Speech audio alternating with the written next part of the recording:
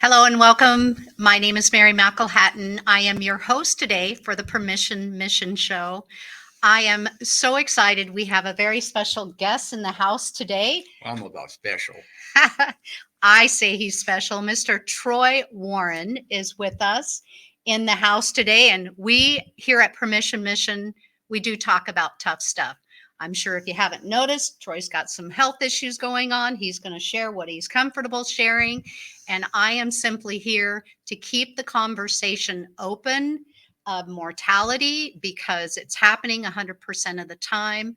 I want you to know, Troy, that we're all in the same seat. Some of us sometimes look like we're going sooner than others, but also, hey, I could not go home today. So I appreciate your courage, your strength, your wisdom to be here, your bravery to come and openly talk with others about your journey and what's going on. So my first question to you, Troy, how would you best describe Troy Warren? He's just a dude, living his life, being a good dad, good husband, good friend, good uncle, and just had something bad happen to me and attempting to get through it. And a good friend, if I may add. Yes. We've been friends for a long time. Over Troy 20 years. Over about 24 years, Troy and I have been friends. I've certainly watched and grown up with you, right? So to speak, yes. We have kids that are kind of around the same age. Our children have done some exciting things together, and they've done some dumb shit too. Dumb stuff. Troy asked me earlier, he goes, Mary, what's the language barrier on the show? And I said, Troy, you get to be Troy today. So it's my show. We get to say what we want to say. So I am going to, Troy, I want to go back to January 29th of 2023. I actually have a picture of a post or a text that you had sent me. You sure that was January? January 28th, 2023. Okay. And it was followed up by a post on Facebook that I had been putting out Permission Mission out there for quite some time for people just to, normalize the conversation of mortality so that we are better prepared, better equipped, equipping our family who are left behind just to have that permission to openly talk about it because, right? I mean, this day happens and a lot of families are they're like shocked. Limbo. They're in limbo. They don't have funds sometimes. They don't understand why somebody passed away, maybe because us as parents didn't even tell our kids that people pass away. So this text that you had sent me, because I was so thrilled when I got it, you said, my post today came from following you and your mission. I thought I knew what you were talking about. Now I do know, and I understand your Permission Mission drive. And thank you for your leadership in this area. Can you tell them a little bit more about like that day, because Permission Mission's been out there for a couple years, but I think I'm finally having the communication of what it is and how it can help every person to live life better while we have the chance. What was it for you when you finally kind of had that breakthrough? For me, having gone through and hear me, the understanding is way further now since what I've gone through over the last 9 months or so. Having that conversation, because I've seen people having conversations. It's like, oh my God, my dad died, my mom died, my sister died, and we don't have the funds. I mean, the financial burden part of it, because it wasn't planned. And then what do you do? For me, it was, oh my God, my wife isn't protected. I don't have a will. I don't have any. Now, the one thing I did set up was if something was to happen to me somewhere through Palm Mortuary, matter of fact, my remains would be taken care of. And I'll share with you, wherever I'm at, I get picked up. But anyways, I am to be cremated, and then I want my ashes, out in the desert. So I was born and raised here. Born and raised, an original Nevada night. Sunrise Hospital, 1965. And anyways, I've got a lot. I don't have a lot. However, I have enough. If something was to happen to me, and there was nothing in writing or nothing, so Sally and I started having the conversation. Because if you actually want to fast forward from that, I actually got to face my mortality on May 8th, such that the urgent care doctor looked at me and she says, "I'm surprised you woke up this morning." Wow. Now, have the doctor tell you that. And then she says, I had pulmonary embolism. For those of you who don't know, it's blood clots in the lungs. Never had it. Never been, until this happened, this cancer happened, nothing. Like, I had never been sick. Yeah. And when I knew it was super serious, we got to Sunrise in an ambulance ride, of all things, because she said, "You're going now, no questions asked." We got whisked around, I think it was 8 or 9 gurneys with people on them. And the ER charge nurse, another nurse, and the ER doctor were waiting for me.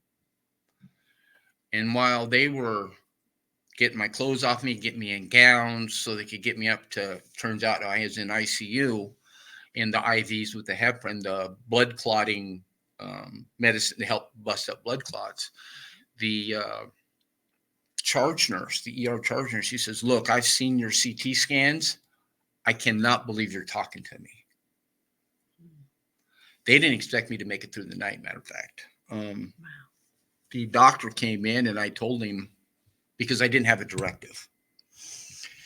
And so I had to verbally communicate to the doctor my directive. And let's just say he was less than happy, because he looked at me and he said, "If this goes down," which they were expecting, "and we can't get the proper oxygen to," I wasn't supposed to be intubated, is my thing. Yeah. And he said, "You could die." And I said, "Duly noted." Duly noted. Duly noted. And so that ended that conversation. Now, since then, um, we have a living trust. We have our wills are in place, and both UCLA, which is where I ended up getting my diagnosis and my treatment, and Sunrise, because that's my hospital here in case something happens, both have my directives, and now things are good, set in stone. Sally understands what happens to me if I go, and I understand what to do with her if she goes, and it just opened up this conversation of permission mission that I wish more people would talk about. So that's kind of a brief overview. I'm not sure exactly where you want to go from there, but Yeah.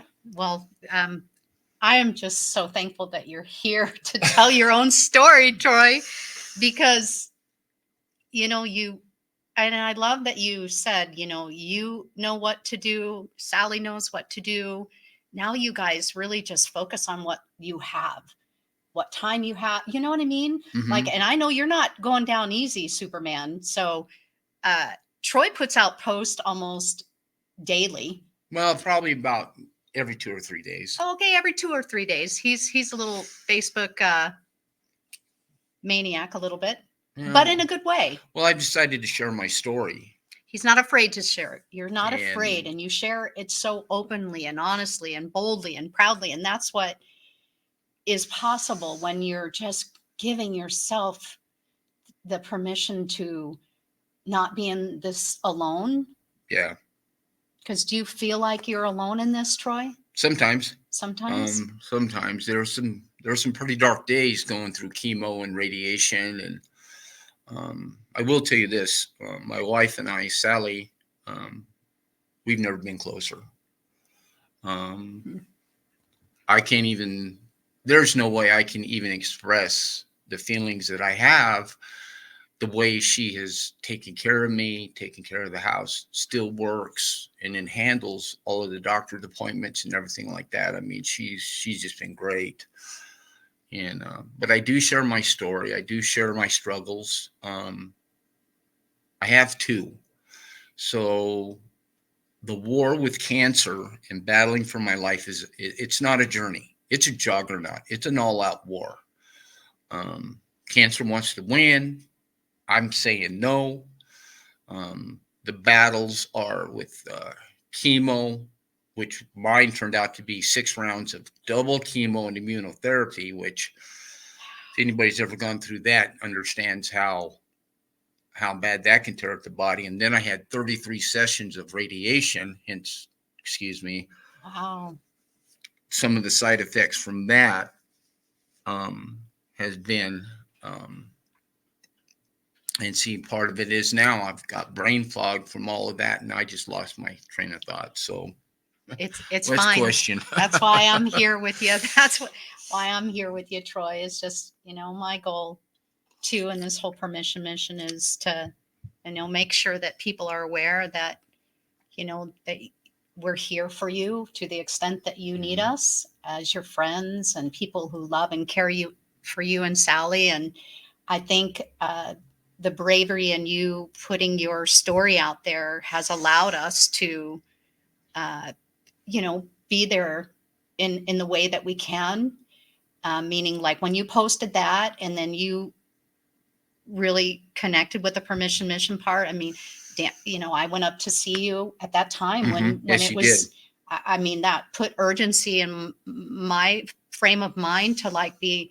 I'm not going to be complacent anymore. I don't want to be, especially with people that have been and made an impact in my life. But it took your transparency and your openness and Sally's openness, and that's the only way that like we know how to best support you or be there for you and your family. And I mean, you've done a wonderful, wonderful job. And like I said, like I've seen you since I went to see you in the hospital to you today, and I mean, you're a rock star. Well, I don't know about a rock star. You're Like a rock star. I mean, I know you're fighting like nobody's business, but you're looking better and stronger, Troy, than I think even what I expected, just because it's so scary. Everybody says cancer, and it's like no one really knows what to say because it has to be so scary for those. Well, I did. When I got the news, when we finally figured out why my face went paralyzed, everything was going down. It'd been a year and a half, almost, yeah, about a year and a half, almost 2 years. And we were sitting there, and I ended up at UCLA, and they did they went in and they did the biopsy because the biopsy couldn't be done in Vegas. I'll never forget when Dr. Sears and Dr. Lucarelli came in, and she says, "You have cancer." And I snapped. I'm like, "What the fuck did you just say?" Mm. Like, that was the last thing in my mind. And it had taken so long to get diagnosed. I was like right there, stage 4. Once again, on the nose to nose, toes to toes with the Grim Reaper. And hence the double chemo, immunotherapy, all the radiation and everything. And it's a juggernaut. And if you don't understand what a juggernaut is a war with a formidable or sometimes indefensible opponent. And why I say sometimes indefensible is because sometimes people don't make it. Permission mission, Sal and I talked a lot. One of the things that I've always wanted to have happen was if when I go, just take everybody to my favorite pub. I'll buy the first round, and then everybody can just tell stories about me. But what I have learned through Permission Mission and some of the other stories and stuff that I've talked to people about is that's fine and dandy, but sometimes the setting in a church or in a funeral home or something, there's something about the grieving process, because when I die, that service ain't for me. Mm.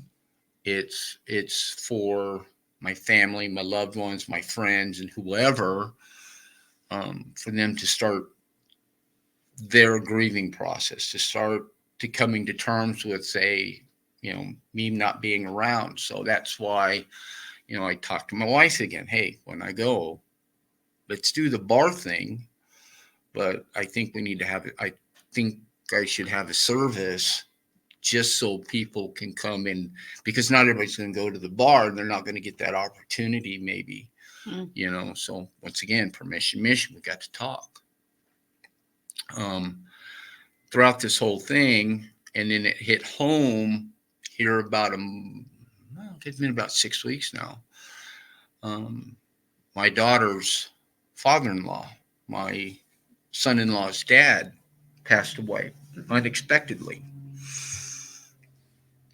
No will, nothing said, nothing's planned. Whole family gets together. It's like, what do we do? What do we do? What do we do? So they had to filter through all of that so they could come to a consensus of, eye leaking too. Oh, you got a little tear. That's all right. So they didn't have things, which is not their Which fault. his dad, Troy. yeah, Yeah, they have because things, we so don't they've got talk them. about it, right? However, out of that, my daughter and her husband are like, God, what do I want? What do we need to have happen if something? Because face it, anybody can go at any time. When God says it's your time, it's your time. And so it has them talking now, which is a good thing. Permission, mission. Yeah.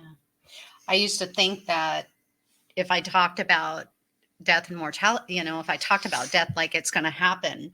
And then I also used to think that since my brothers passed early on, that I would probably pass early on. Just something I kind of thought, So I had this fear all the time of, that it, if I do talk about it, then it could promote it. But you're a prime example of somebody who you've been dealing with this for how long now? Okay, so we started noticing the crooked smile and the drooping of the face in March of 22. 22. But I wasn't diagnosed with cancer, diagnosed with all kinds of other crap. But I wasn't diagnosed, the actual diagnosis of cancer, until July 14th, July 15th of, or 14th or 15th of 23. And yeah, it's, been dealing with this for a long time. And it, just because you talk about something, some of the things like you and I have discussed and we've been taught, and we've so-called learned, what you put your energy on is going to happen. Yeah. Yeah. Well, not always. This is something that needs to be, not all the time, but you need to have that conversation, spouse to spouse, kids to, mom and dad, um, different things of that nature. Because I mean, I've had over the years, I've seen it bankrupt families because something wasn't put into play and they had no idea their financial situation or any of that stuff. And so, I thought, well, shame on them, bad on him or her, whoever it was that passed. And then I feel come to realize it's like, no, permission, mission, man. We need to have these conversations. It's like I was just saying, it's not people's fault just because they don't. It's more of an awareness to bring it to the surface today where we can just think differently. And I bet you don't get upset, or you get over your upsets much quicker today. Well, I'm a way softer, gentler guy than I used to be. I'll be the first to tell you, I know, because I have known Troy for a long time. And I remember, just kind of feeling rubbed the wrong way sometimes by things you'd say. But today I can't get enough of your conversations. The other night we were celebrating his 59th birthday, and Dan and I are just I made in it, therefore, tears. but by the grace of God go I. Amen. You are still here and you still have a lot to do. So we are going to take a commercial real quick so we can just have a little quick breather, Mhm, right? mhm. You're doing great. Really proud of you. Thankful to have Troy here on the show today. Stay tuned. We are here with WWDBTV live broadcasted here in Las Vegas, Nevada. We're going to go to a commercial. We'll see you right back. Hi, my name is Edgar Alejandro. I'm the co-founder of Rising Again Productions. So we've been here in Vegas producing films for the past couple of years, and we've seen our fair share of studios. We've worked in our fair share of studios, and to be honest, WWDBTV has been our favorite by far. John is so welcoming. The space is wonderful. It's perfect for what we need. We've had rehearsals here. We've had callbacks here. We've had table reads here. So if you're a Vegas creative, or really just a creative coming into Vegas, definitely check out this space. Chat with John. I think you'll find that this studio has everything that you'll need as well. Introducing See Us Now Staffing, led by yours truly, Laura Nowlin. As the founder and president, I bring over 17 years of expertise in sourcing for talent, building winning teams of professionals, marketing, and workforce development. At See Us Now Staffing, we're not just a staffing agency. We're your strategic partner in building a winning team of professionals for your business. My passion for community service extends to connecting entrepreneurs with local resources. Recognized by the Small Business Administration as the 2022 Nevada Family-Owned Business of the Year, we're not just changing the workforce landscape, we're defining it.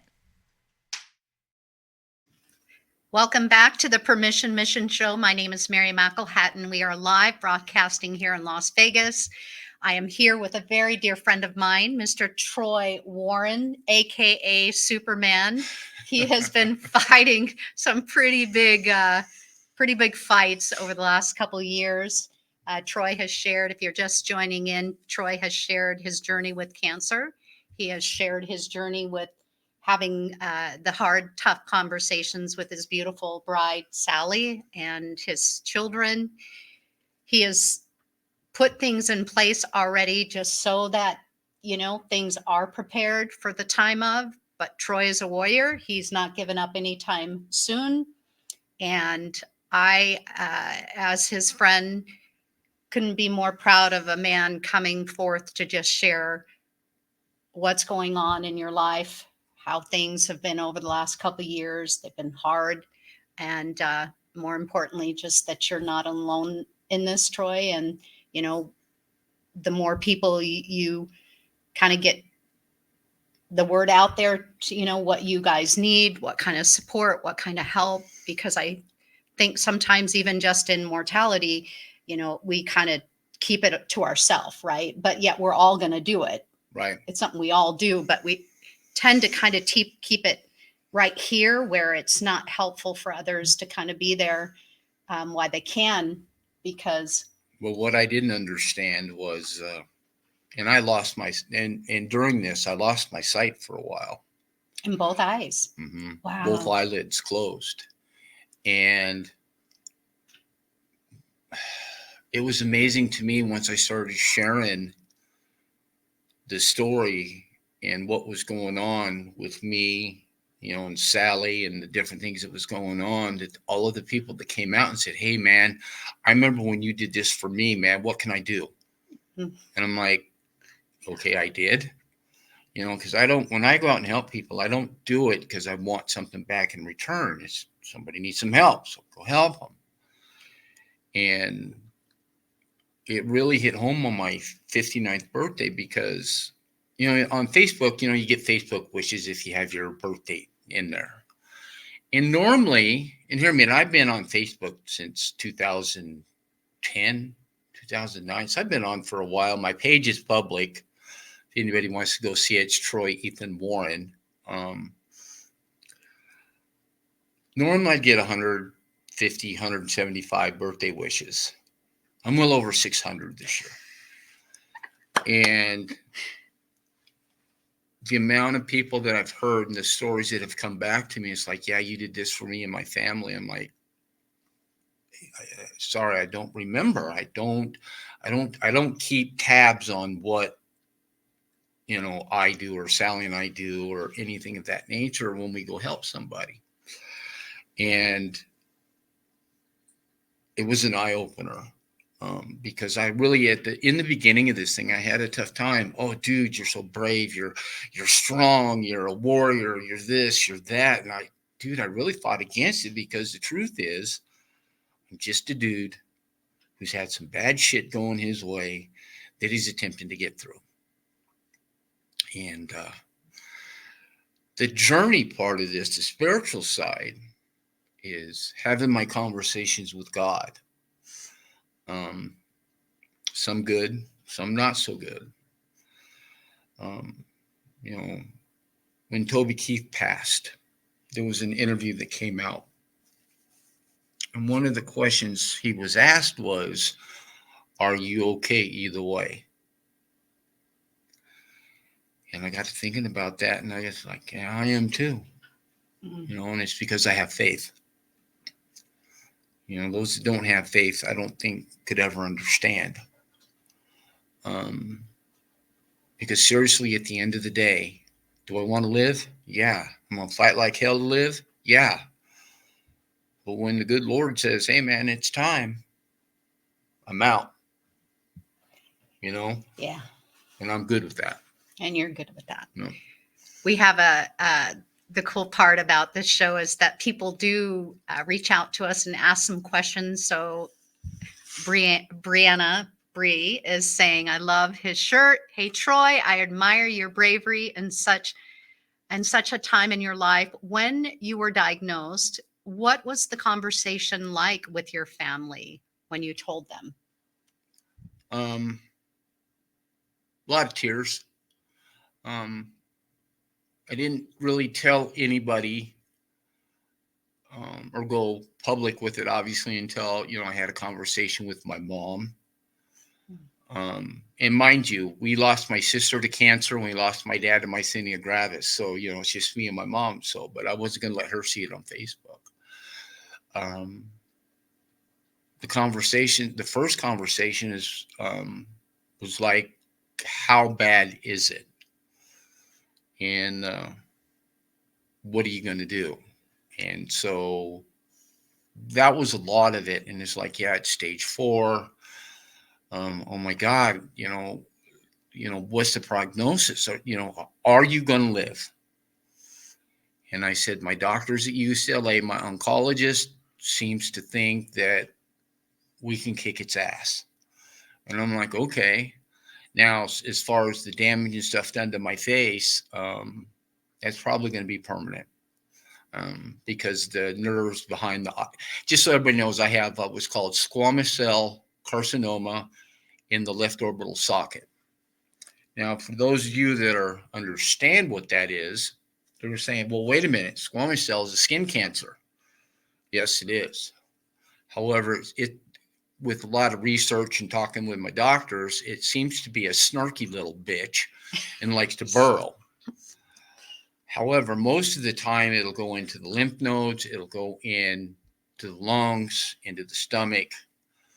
For whatever reason, mine attacked and buried itself behind my eye in all the nerves and everything,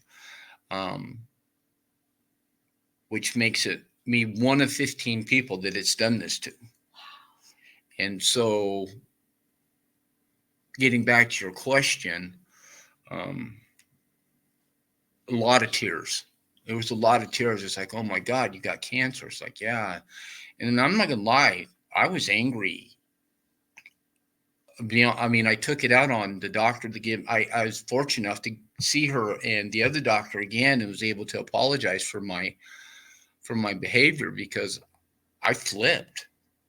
You know, I didn't know what to say. I even clammed up. I went off Facebook for 4 months before people started asking, God, where's Troy? Where's Troy? Is he still around? And so since it started the conversation of what I was going through, and when I finally went back on Facebook and went and said, okay, I'm going to share this juggernaut with y'all, a lot of tears. There was a lot of tears because we didn't know. I remember my first chemo treatment. I was sitting there in tears Yeah, a biker in tears because one, I Harley biker. don't want to die. Two, I got to figure out what's going on so I can figure out how do I fight this. And I looked at my nurse in UCLA and I said, I am petrified because I don't know what to expect. And when I went through that first chemo immunotherapy session, and hear me, I was in the chair from 7 o'clock in the morning till 3 o'clock in the afternoon every Thursday, every 3 weeks, once every 3 weeks. I saw her for the second time and I said, I'm petrified because now I know what to expect because it sucked. And so, yeah, just a lot of tears in the beginning, not knowing what to do. A lot of people didn't know what to say to me. And so that's the reason why I decided to open it all up. No questions are off limits. You can say what the fuck you want to say. I don't really care. Because at the end of the day, if I can put out the truth and something happens, at least you can make an informed medical decision on what you need to do for you. Because there's a lot of junk out there when it comes to cancer. And I mean junk. That definitely could even be another show, Troy. Yes. That could be another show because unless we're out talking, how would one not even know? And if there were a lot of tears, I tell, oh, we're kind of spinning around. There we are. We're spinning around there. People are getting a little dizzy. This is kind of the same thing, Troy, in life. Like even when you think you have control over something, You don't. Somebody else has control. I love technology, but when it doesn't work, I feel like there's job security because This is we why I still like need live. family. We still need, people. Mm-hmm. So, you were just talking about the tears. I was just saying, until we have tears, nothing ever meaningful comes out of not having tears. Does that make sense? Like Makes it's absolute more sense. surfacey.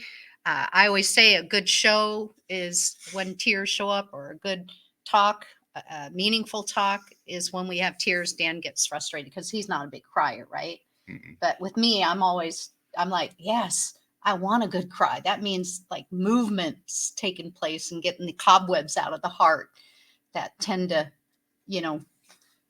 build up over time because it's easier to not talk about true things. Yeah, because one of the things that's happened through, and I don't know if it's because of the medicine, because let me tell you something, chemo and radiation will fuck you up. It is some nasty shit. I don't even wish this on my worst enemy.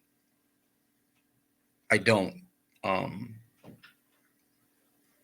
I become very emotional about things. And I don't know why, if I'm pregnant, I don't know. I don't, I'm sitting there crying, I mentioned Toby Keith before. And one of the things, I've never, ever had a celebrity die. And I'm like, oh man, that sucks.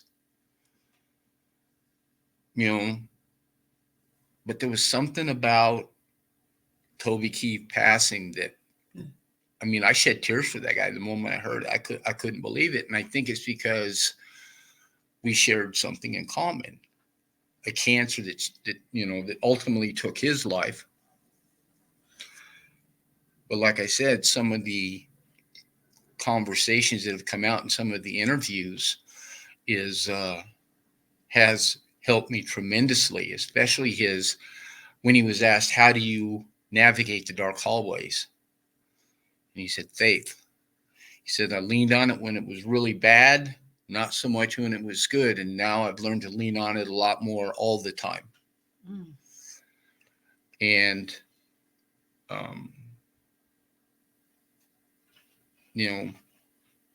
the other part of it is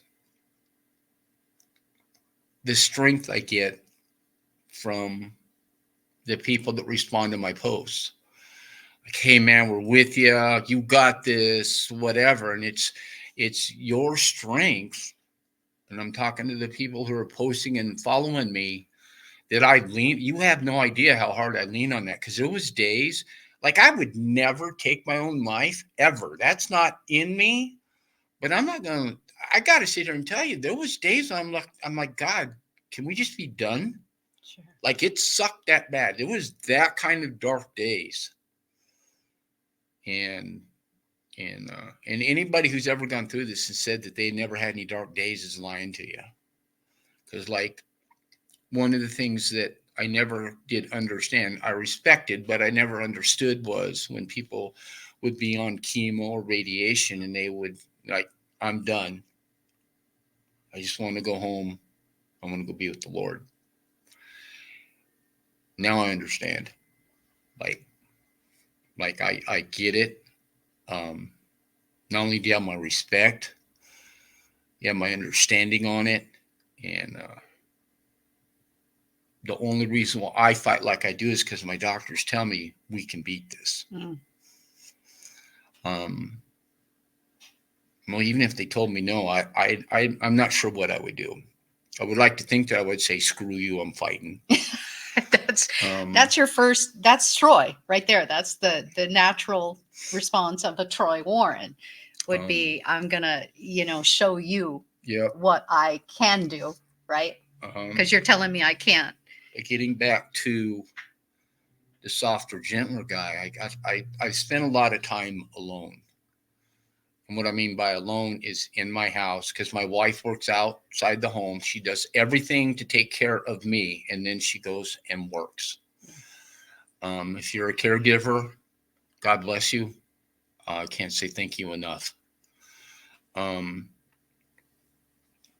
Anyway, sitting there by myself, I'm having these conversations back and forth, and some of the things that I've discovered is, and I got to revisit, with some relationships that were, for lack of a better word, well, estranged. Let's put it that way.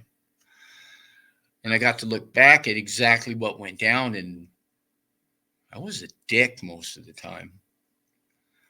And fortunately enough for me, I'm still alive, and I actually have one couple down in California we got to go, Sally and I got to go to lunch with, and we got to clean it up. And I still have a few to go. Don't know where they're at, lost their contact. They're not on Facebook or Instagram. However, I hope to cross paths with them someday so I can at least say, sorry, I was a dick. I just hope you can forgive me. But let me tell you something, all that time alone, a lot of static, a lot of things I'm thinking about, so I lost my train of thought again. You kind of get, so you get to know who you are, maybe who you are, who you're not. Kind of thing? Yeah.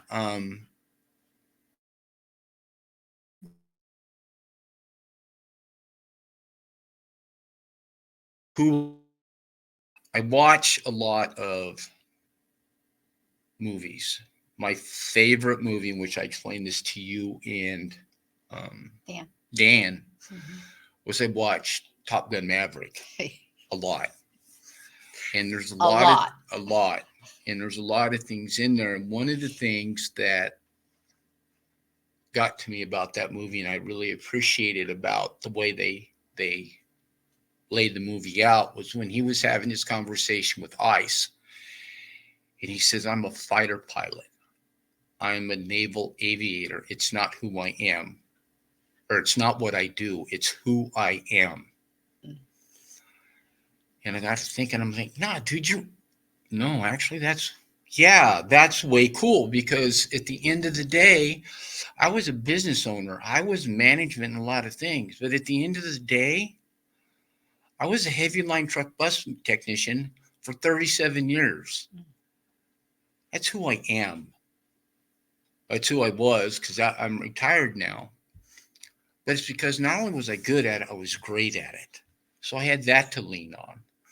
And there was just some of the other things. I don't know if you want me to go into it, but there were some other things in the movie that he talked about. And I'll share one more. when Admiral Kane said your kind is headed for extinction, when he's heading out the door so he could go to North Island, he said, maybe so, sir, but not today. I got to thinking about that, and I was like, the 2 times that I was nose to nose, toes to toes with the Grim Reaper was like, maybe so, but not today. And so I kind of lean on that. There's a lot of other things in the movie, but those were the 2 big things for me. Do you feel like now just things capture your attention more so than, if things weren't going on for you, you just kind of pass on by? Yeah. I bought more lunches for homeless people. One time in particular, we were walking around when I could walk. I've had to learn how to do that all over again. And this is in the beginning. This is actually before my diagnosis. And we were walking by UCLA, and there was an obvious homeless guy, and he says, "Hey man, can I get a taco?" And I walked by, and I walked back to him. I said, "What do you want?" So I ended up buying him a couple of tacos, a burrito, and a Coke or a Pepsi or whatever it was. Took it out to him. Before I'd have just walked on by. I noticed things because I don't know their situation. So I'm a little softer. Maybe, not going to give you money to buy booze, but I'll take you and buy you lunch. Right on. Right on. So stuff like that. I would say that there's a lot more too with all that, right? A lot of lessons come along the way. Yeah. What about with Sally? It's one of the ones. How strong she is. I knew she was a formidable mate. Which, by the way, we celebrate 28 years. Yeah. 28 years of right marriage. on, Sally. Yep. And I watch her do the bills. I watch her clean the house. She cooks. I've just recently, this last week, got back into the kitchen because I can see and I can do things again. But she's been feeding me since, I don't know, October, November, because I couldn't see. I couldn't get, I just think I wasn't able to do things because of the chemo.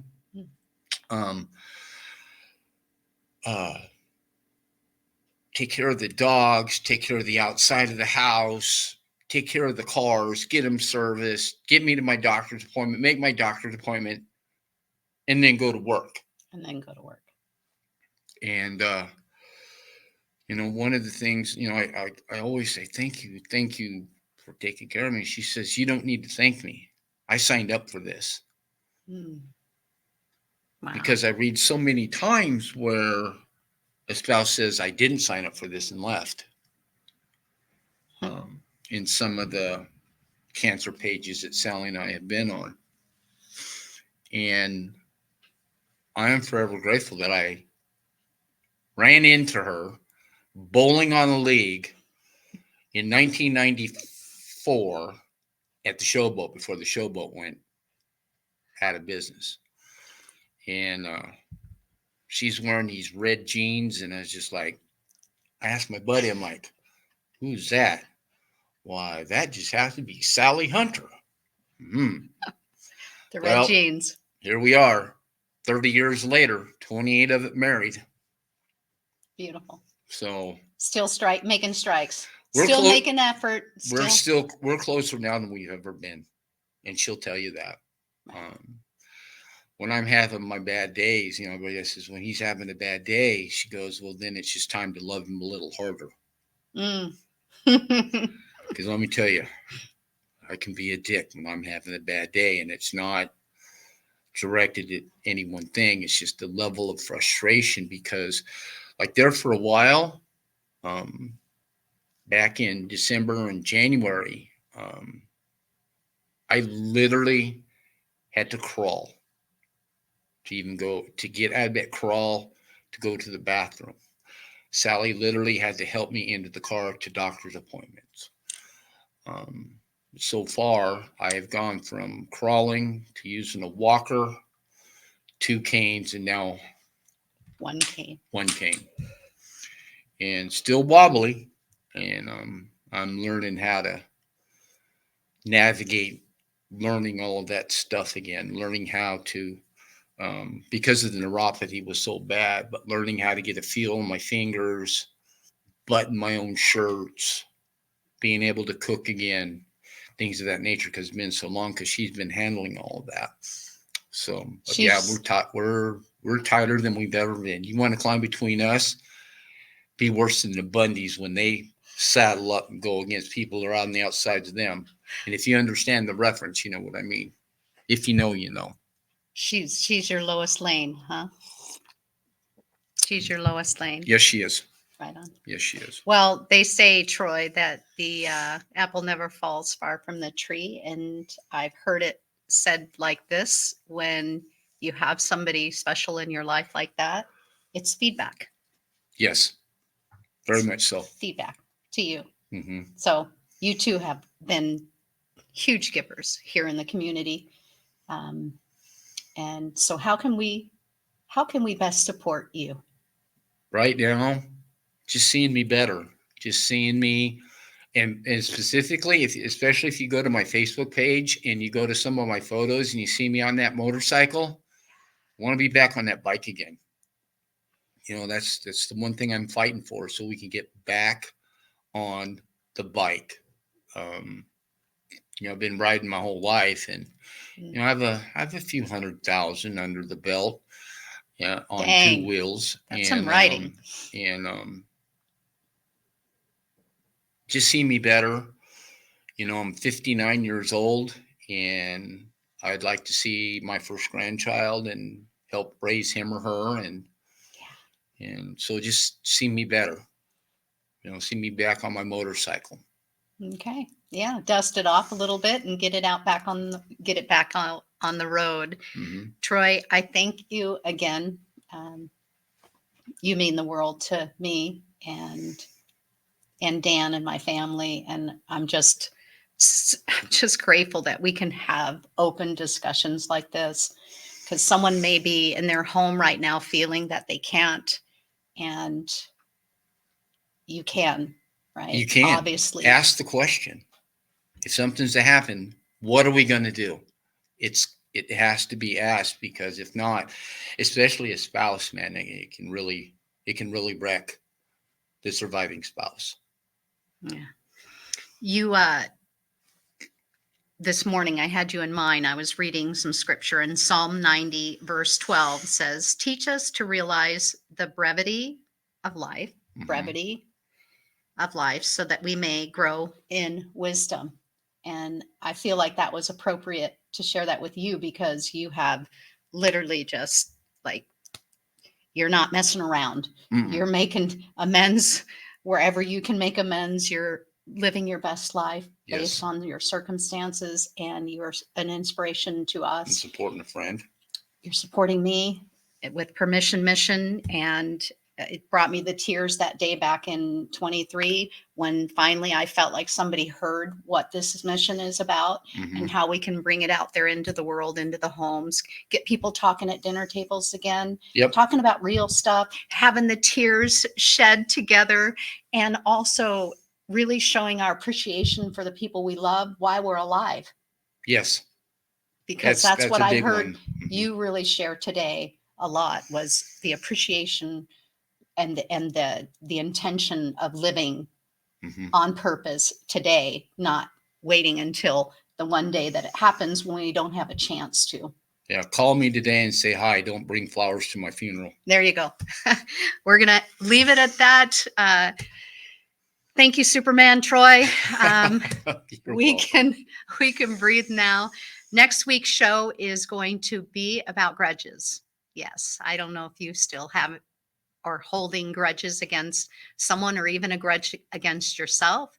But next show is going to be about grudges, and you'll be shocked and surprised at what I have in store for all of us next week. So please join us again next week. For permissionmission.com is the website. If you have any questions after today's show, if you have any questions for Troy or Troy even Ethan Warren on Facebook. Troy Ethan Warren on Facebook. You can contact him through that. But if you have any questions for me, or you have that idea of a show, a topic of bringing it here on Permission Mission, I invite you to go to my website, permissionmission.com. Just fill out the really short inquiry to connect with me. I'll reach out to you right away. And let's just continue to be brave, be proud, and be bold about living. Everything. Because one day we're all going to go. Thank you so much.